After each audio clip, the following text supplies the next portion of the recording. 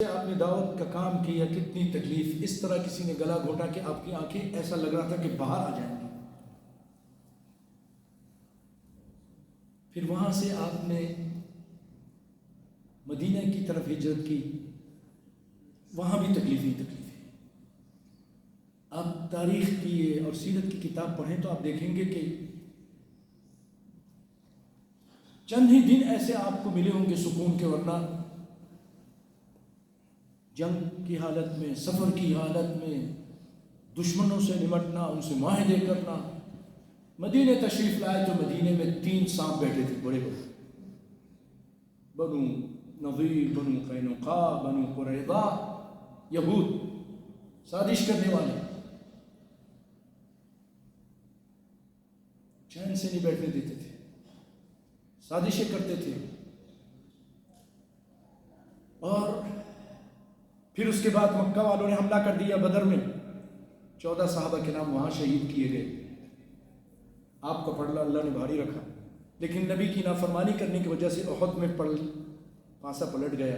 آپ کے 70 کے قریب صحابہ کے نام شہید کر دیے گئے. یہ کم تکلیف تھی؟ آپ کے اپنے سگے چچا سیدنا حمزہ رضی اللہ تعالیٰ عنہ شہید کیے گئے، آپ کے چچا تھے. دیگر بہت سارے پیارے پیارے ساتھی آپ کے قتل کیے گئے. صلی اللہ علیہ وسلم اتنی تکلیفیں اٹھائیں. اور پھر اس کے بعد پچھلی مرتبہ آپ کے سامنے بیان کیا تھا کہ جدہ کی طرف سے کچھ لوگ آئے کہ ہم لے جائیں گے آپ کے صحابہ کرام کو، اور وہاں جا کر انہوں نے ان کو کوئی تقریباً 15-20 تھے، ان کو قتل کر دیا. خبیب رضی اللہ تعالیٰ عنہ کو پچھلی مرتبہ واقعہ سنا، انہی میں سے ایک کو پھر قیدی بنا لیا تھا، بعد میں ان کو مارا، سولی لگائی، اور زندہ تھے، ان کے جسم کے ٹکڑے ٹکڑے کر رہے تھے. اور جس مہینے رجی کا واقعہ کراتا ہے، ٹھیک اسی مہینے بیر معونہ کا المیہ بھی پیش آیا. بیر معونہ ابو برا عامر بن مالک، یہ شخص نیزوں سے کھیلنے والا شخص تھا، اس کے نام سے مشہور تھا. نیزہ بازی کرتا ہوگا بہت زیادہ، اس کو نشانہ بازی آتی ہوگی، تو اس کو عربی میں کہتے تھے ملاعب الاسنہ. تو یہ نبی صلی اللہ علیہ وسلم کی خدمت میں آیا اور آپ سے کہا کہ اگر آپ اپنے ساتھی ہمیں دے دیں تو ہم ان کو نجد لے جاتے ہیں. نجد یہ ریاض کی طرف کا علاقہ کہلاتا ہے. ہم یہاں لے جاتے ہیں اور یہ دین کے کام کریں گے، تبلیغ کریں گے، علماء اور حفاظ دے دیں. آپ نے اس سے کہا کہ تم اسلام قبول کر لو. اس نے اسلام تو نہیں قبول کیا، اسلام سے دوری اختیار کی. تو آپ صلی اللہ علیہ وسلم فرمایا مجھے پھر اپنے صحابہ پر خطرہ ہے، مجھے ڈر لگتا ہے. آپ کو احساس تھا، بہت احساس تھا اپنے صحابہ کرام کے لیے. اللہ نے رؤوف الرحیم کہا ہے، لقد جاءكم رسول من انفسكم عزيز عليه ما عنتم حريص عليكم بالمؤمنين رؤوف الرحیم. باپ سے زیادہ پیار کرتے تھے اپنے صحابہ کرام سے، ماں سے زیادہ. ایک تو اللہ پیار کرتا ہے اپنے بندوں سے، اور نبی صلی اللہ علیہ وسلم زمین پر اپنے صحابہ سے بہت پیار کرتے تھے کہ ان کو کوئی تکلیف نہ پہنچے. آپ نے کہا بھائی مجھے خطرہ ہے، تو اس نے کہا میری ذمہ داری، میں ان کو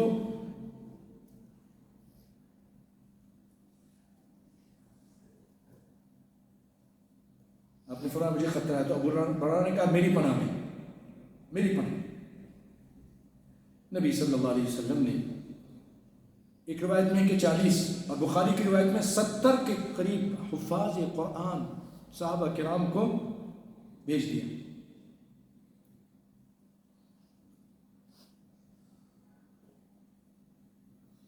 اور جب آپ کے صحابہ کرام وہاں پہنچے، جو کہ سب کے سب قراء تھے اور علماء تھے، یہ لوگ کیا کرتے تھے؟ میں نے جب سے پڑھا میں بہت متاثر ہوا ان کی باتوں سے کہ یہ دن میں، جب مدینے میں رہتے تھے، دن میں لکڑیاں کاٹ کر لکڑہاڑے کا کام کرتے، لکڑیاں کاٹتے، جمع کرتے اور لا کر بازار میں بیچتے، تاکہ اصحاب صفہ جو قرآن کی تعلیم حاصل کر رہے ہیں، دیگر ساتھی، ان کے کھانے پینے کے انتظام کرتے. اتنے نیک عباس، یہ پاک باز لوگ تھے. اور رات کو تہجد پڑھتے تھے. رات کو کیا کرتے تھے؟ یا اللہ، رات کو قرآن پڑھتے تھے، تہجد پڑھتے تھے اور اللہ سے مناجات کرتے تھے. تو اس طرح یہ لوگ چلتے چلتے بئر معونہ کے کنویں پر جا پہنچے. یہ کنواں بنو عامر اور حرہ بن سلیم کے درمیان ایک زمین میں واقع تھا. وہاں پر جب ان لوگوں نے پڑاؤ ڈالا تو صحابہ کرام نے ام سلیم کے بھائی حرام بن ملحان کو رسول اللہ کا خط دے کر دشمن کی طرف، عامر بن طفیل کی طرف روانہ کیا. لیکن وہ ایسا بدبخت تھا، ایسا ظالم تھا، خط کو پڑھنا تو دور کی بات ہے، جیسے خط پیش کیا، یہ ایک سفیر ہے، سفیر کی عزت کی جاتی ہے، اس کو قتل نہیں کیا جاتا. لیکن وہ جاہل تھے، گوار تھے، ظالم تھے. ان چیزوں کی کسی چیز کی پاس نہیں رکھی انہوں نے. جبکہ آپ صلی اللہ علیہ وسلم ایسے کچھ لوگ آئے جو بہت غلط بات کہی ہے آپ کے سامنے. آپ نے فرمایا کہ اگر سفیروں کو قتل کرنا جائز ہوتا تو میں تم لوگوں کو قتل کر دیتا، لیکن کیونکہ عام دنیا کا قانون ہے کہ سفیر کو قتل نہیں کیا جاتا، جاؤ تم جا کے ابھی آرام کرو. آئے تھے گرفتار کرنے کے لیے. ایک بات بتا رہا ہوں کہ نبی صلی اللہ علیہ وسلم دنیا کے عام قانون کا کتنا پاس رکھتے تھے، خیال رکھتے تھے. لیکن اس ظالم نے دھوکے سے اپنے ایک آدمی کو اشارہ کیا تو اس نے پیچھے سے حملہ کیا اور نیزہ مارا، جو نیزہ ان کے آر پار ہو گیا. اور حرام بن ملحان نے جب دیکھا کہ مجھے نیزہ لگا ہے پیچھے سے اور میرے آگے سے نکل گیا ہے اور میرے جسم سے خون نکل رہا ہے، تو گھبرانے کی بجائے کہتے اللہ اکبر، رب کعبہ کی قسم میں کامیاب ہو گیا، میں اللہ کے راستے میں نکلا تھا، دشمن نے مجھے مار دیا ہے، میں کامیاب ہو گیا. ان کی نظر تھی جنت کی طرف. اللہ اکبر. اس کے بعد فوراً ہی اللہ کے دشمن عامر نے باقی صحابہ کرام پر حملہ کرنے کے لیے اپنے قبیلہ بنو عامر کو آواز دی، مگر انہوں نے ابو برا کی پناہ کے پیش نظر آواز پر کان نہیں دھرا، بات نہیں مانی. کیونکہ ابو برا نے وہاں پر کہا تھا کہ میری پناہ ہے. ادھر سے مایوس ہو کر اس نے بنو سلیم کی آواز دی. بنو سلیم کے 3 قبیلے عصیہ، رعل اور ذکوان نے ان پر لبیک کہا اور جھٹ آ کر ان صحابہ کرام کا محاصرہ کر لیا. سیدھے سادے نہتے ان کا محاصرہ کر لیا. تو صحابہ کرام بھی پھر مجبور ہو گئے دفاع کرتے اور سب کے سب شہید کر دیے گئے. صرف سیدنا کعب بن زید بن نجار رضی اللہ تعالیٰ عنہ زندہ بچے. انہیں شہداء کے درمیان سے زخمی حالت میں اٹھایا گیا اور وہ جنگ خندق تک یعنی جنگ الاحزاب تک زندہ رہے. ان کے علاوہ مزید 2 صحابہ کرام عمر بن امیہ ضمری اور سیدنا منذر بن عقبہ بن عامر یہ زندہ رہے. یرحمک اللہ.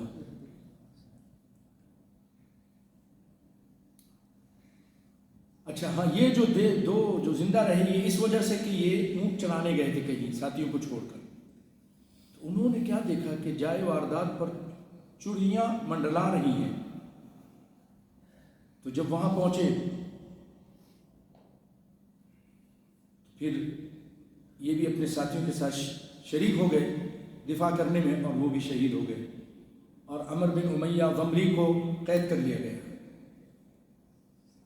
لیکن جب ان کو بتایا گیا کہ یہ قبیلہ مضر سے ہیں تو عامر نے ان کی پیشانی کہ بال کٹوا کر اپنی ماں کی طرف سے جس پر ایک گردن آزاد کرنے کی نظر تھی آزاد کر دی ظالم نے، باقی سب کو قتل کر دیا۔ اور یہ کیونکہ ایسا قبیلہ تھا جو اس کے ساتھ ان کا کوئی خاص تعلقات تھے، تو اس وجہ سے اپنی ماں کی نظر پوری کی اور ان کو چھوڑ دیا۔ سیدنا عمر بن امیہ ضمری اس دردناک المیہ کی خبر لے کر مدینے پہنچے، اور 70 کے قریب جو صحابہ کرام تھے، جو حفاظ اور قراء تھے، ان کی شہادت، اس کی خبر بھائیو ابھی احد کا چرچا باقی تھا، اور اس کے بعد پھر 10 یا 20 صحابہ کرام کو رجی میں قتل کیا گیا۔ یہ تکلیف پر تکلیف رسول کو آ رہی ہے۔ ایک صحابی آپ کو بہت پیارا تھا، آگے دین کی خدمت کے لیے ان کی قوت کی ضرورت تھی، کتنی میرے نبی کو تکلیف پہنچی۔ 70 کے قریب صحابہ کرام شہید کر دیے گئے۔ تو یہ خبر، اور جنگ میں تو شہید ہو گئے تو مقابلہ کرتے ہوئے نا شہید ہوئے، یہ تو ان کے ساتھ غداری کی گئی، پیچھے سے حملہ کیا گیا، بلایا گیا کسی کام کے لیے اور پھر دھوکے سے سب کو قتل کر دیا گیا۔ یہ شرمناک غداری تھی ان کے ساتھ۔ تو جب یہ صحابی عمر بن امیہ ضمری واپس آ رہے تھے، راستے میں ایک مقام پر ایک درخت کے نیچے سائے میں اترے، تو وہیں کچھ اور لوگ بھی آ گئے، بنو کلاب کے 2 آدمی آ کر اترے، وہ بھی ان کے ساتھ آرام کرنے لگے۔ جب وہ گہری نیند میں سو گئے، تو عمر بن امیہ، کیونکہ انہوں نے دیکھا تھا کہ اتنے میرے ساتھیوں کو قتل کیا گیا، تو یہ بھی کافر ہیں اور یہ اسی قوم سے ہیں، انہی کے لوگ ہیں، تو جب وہ سو گئے تو ان دونوں کو قتل کر دیا۔ اس طرح انہوں نے سمجھا کہ میں نے اپنے ساتھیوں کا بدلہ لے لیا ہے، حالانکہ یہ صحابی کو معلوم نہیں تھا کہ یہ جو 2 آدمی ہیں ان کے پاس نبی صلی اللہ علیہ وسلم کی طرف سے ضمانت تھی، عہد تھا۔ تو یہ جب واپس آیا اور آ کر بتایا کہ اللہ کے رسول، میں نے تو ایسا ایسا کیا ہے، 2 آدمیوں کو میں نے ختم کر دیا ہے، تو آپ صلی اللہ علیہ وسلم فرمایا مجھے دیت لازمی ادا کرنی ہے، تم نے ان کو قتل کر دیا، ان کو تو میں نے ضمانت دی تھی، اب میں ان کی دیت دوں گا۔ اور آپ صلی اللہ علیہ وسلم، یہ جو بنو نذیر کا قصہ پچھلی دنوں ناچیز نے بیان کیا تھا، آپ نے نہیں سنا ہوگا، آپ صلی اللہ علیہ وسلم اسی دیت کے سلسلے میں، کیوں یہودیوں سے معاہدہ ہو چکا تھا کہ اگر غلطی سے ہم کسی کو قتل کریں تو دیت میں تم لوگ شریک ہوگے، تو کائنات کے امام صلی اللہ علیہ وسلم اسی دیت میں ان کو شریک کرنے کے لیے بنو نذیر کے پاس پہنچے۔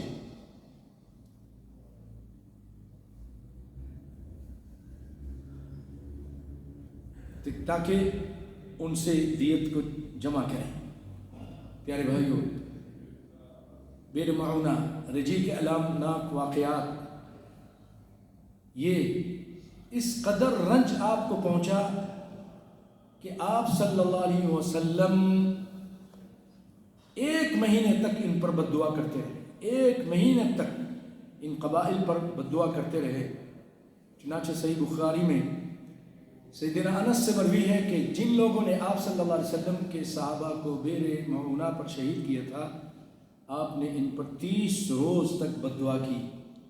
آپ نماز فجر میں رعل، ذکوان، لحیان اور عصیہ پر بد دعا کیا کرتے تھے، اور فرماتے تھے کہ عصیہ نے اللہ اور اس کے رسول کی معصیت کی، اللہ نے اس بارے میں پھر نبی پر قرآن نازل کیا جو بعد میں منسوخ ہو گیا۔ وہ قرآن یہ تھا کہ ہماری قوم کو یہ بتلا دو کہ ہم اپنے رب سے ملے تو ہم سے راضی ہے اور ہم اس سے راضی ہیں، یعنی صحابہ کرام جو شہید ہوئے تھے ان کے بارے میں آیت اتری تھی لیکن بعد میں منسوخ ہو گئی۔ اس کے بعد آپ صلی اللہ علیہ وسلم نے جب پتہ چل گیا کہ وہ لوگ اللہ سے راضی ہیں، تو آپ صلی اللہ علیہ وسلم نے پھر اور لیس لک من الامر شیء، یہ آیت بھی نازل ہوئی تھی تو پھر آپ نے یہ ان کی جو بد دعا ترک کر دی تھی. تو بھائیو یہ بھی سننے کے قابل ہے، اور میں اب آپ کا زیادہ ٹائم نہیں لینا چاہتا. آئندہ انشاءاللہ العزیز کہ کائنات کے امام دیکھیں، ایک تکلیف، ایک پریشانی، ایک مصیبت، اس کے بعد دوسری، تو آپ وہاں پہنچتے ہیں تو وہ لوگ بھی کیا غداری کرتے ہیں وہ سنیں گے، آپ حیران ہوں گے. آپ وہاں بیٹھے ہیں، وہاں آرام سے بیٹھے ہیں ایک دیوار کے پاس، اور کیا وہ لوگ آپ کے ساتھ کرنا چاہتے ہیں انشاءاللہ وہ آئندہ آپ سنیں گے. ہمارا کتنا ٹائم ہوا جنہوں نے شروع کیا، آپ کو پتا ہوگا؟ 40 منٹ ہوئے ہیں، 40 ہو گئے. چلیے دیکھیے بھائیو،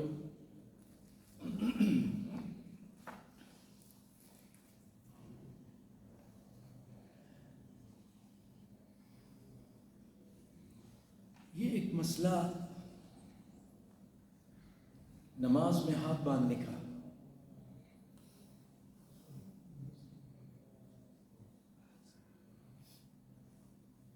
جو صحیح روایتیں ہیں وہ کہاں باندھنے کی ہیں انشاءاللہ وہ سنیں گے. لیکن ایسا ہوا ہے پچھلے دنوں سعودیہ کے ایک ڈاکٹر ہیں، عالم ہیں، عبدالسلام الشویعر، انہوں نے کہا کہ ہاتھ جو ہے سینے میں باندھنے کے بجائے نیچے باندھنا زیادہ صحیح ہے. اور پھر بہت سارے لوگوں نے مجھے ان کی تقریر بھیجی اور کہا کہ یہ اس طرح کے کہہ رہے ہیں. تو بھائیو اس سلسلے میں کسی غلط فہمی کا شکار نہ ہو. میں نے اس پر کافی پہلے بھی الحمدللہ ریسرچ تھی میری، لیکن میں نے کہا کہ میں ان سے بڑے علماء، 3 جو اس وقت بڑے علماء گزرے ہیں، ان کی بات آپ کے سامنے رکھ دیتا ہوں. اور میں یہ بھی کہنا چاہتا ہوں کہ اس مسئلے میں آپ اتنا تشدد نہ کریں. اگر کوئی نیچے باندھتا ہے ٹھیک ہے، کوئی بات نہیں، اس کے پاس بھی کوئی دلیل ہے اس کی. کوئی اوپر باندھتا ہے وہ بھی ٹھیک ہی ہے، لیکن زیادہ صحیح یہ ہے کہ اوپر باندھنا ہے. زیادہ صحیح اوپر باندھنا ہے. میں آپ کے سامنے دلائل رکھتا ہوں، اور میں ہمارے ایک بہت بڑے مولانا حیات سندھی حنفی، ان کی بات بھی آپ کے سامنے، اور عبدالقادر جیلانی رحمۃ اللہ علیہ کی بات بھی آپ کے سامنے رکھوں گا. تو آئیے پہلے میں آپ کے سامنے شیخ صالح عثیمین، ان سے جب پوچھا گیا کہ ہاتھ کہاں رکھنا چاہیے، تو آپ نے فرمایا الصواب انه يضعها على صدره. صحیح بات تو یہ کہ سینے پہ رکھنا چاہیے. هذا احسن، یہ زیادہ احسن بات ہے. اور جیسا کہ وائل بن حجر کی حدیث میں جو کہ حسن درجے کی،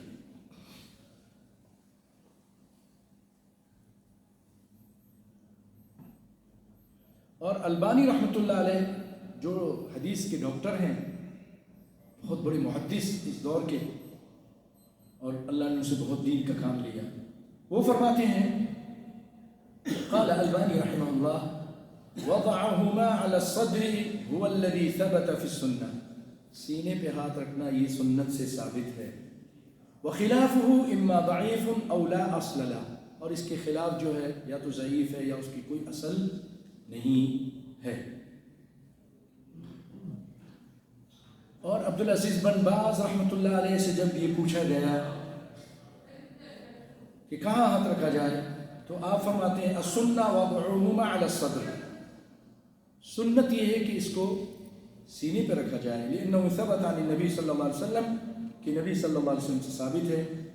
وائل بن حجر رضی اللہ تعالیٰ عنہ کی روایت میں ہے من حدیث، اور قبیصہ اور حل الطائی روایت کرتے ہیں اپنے والد سے کہ انه كان يضعهما على صدره علیہ الصلاۃ والسلام.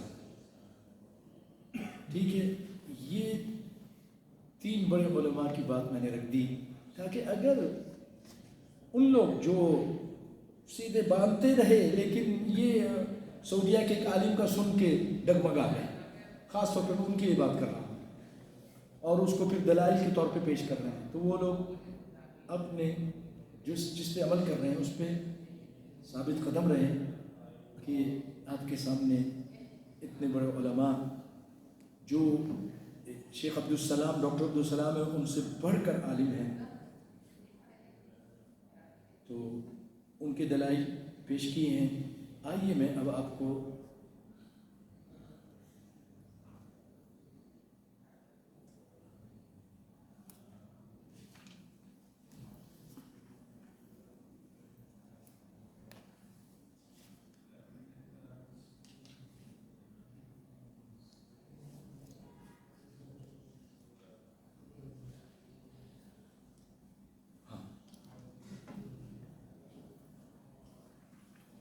شیخ عبدالقادر جیلانی رحمہ اللہ فرماتے ہیں اپنی کتاب میں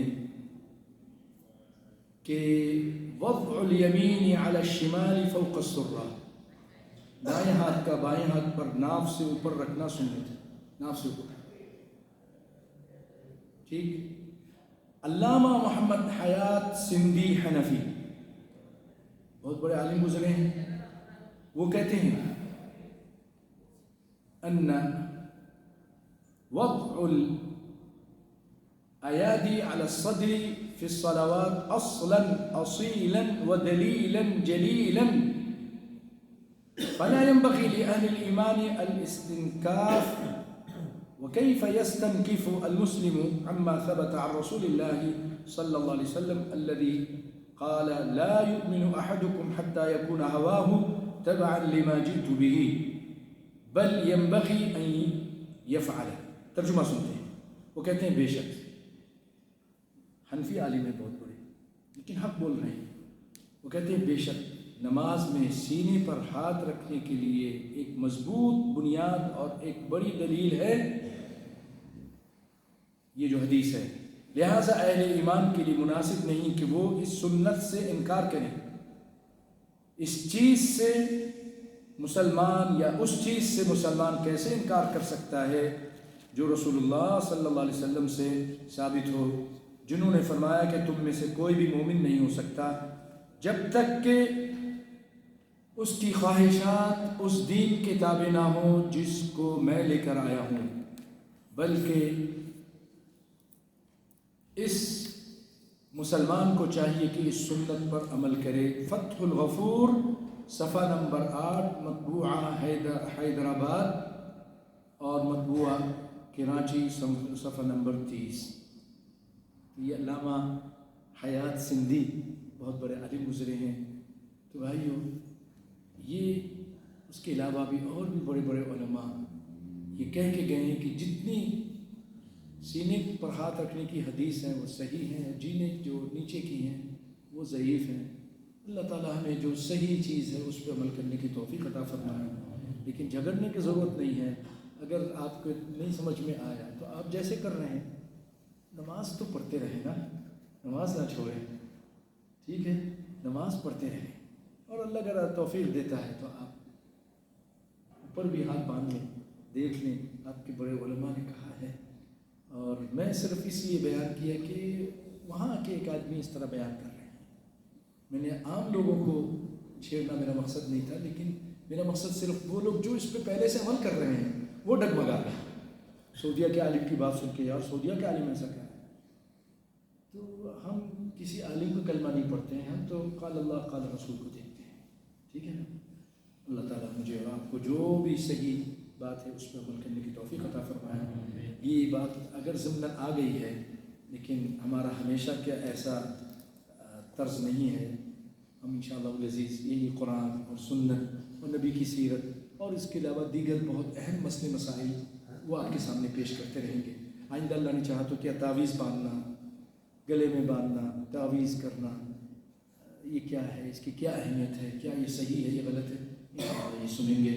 اے اللہ ہمارے گناہوں کو معاف فرما دے، اے اللہ ہماری مشکل پریشانی کو دور فرما دے، یا اللہ جو ساتھی یہاں بیٹھے ہیں اور دور دور سے آئے ہیں، تیرا قرآن سنا، تیرے نبی کا سیرت سنی، اللہ ان سب کی نیک تمنا خواہشیں پوری فرما۔ وآخر دعوانا ان الحمد للہ رب العالمین، وصلی اللہ علی نبینا محمد وعلی آلہ وصحبہ وسلم، وبارک اللہ فیکم۔ پیارے بھائیو، ہم انشاءاللہ آئندہ آپ کے سامنے ایک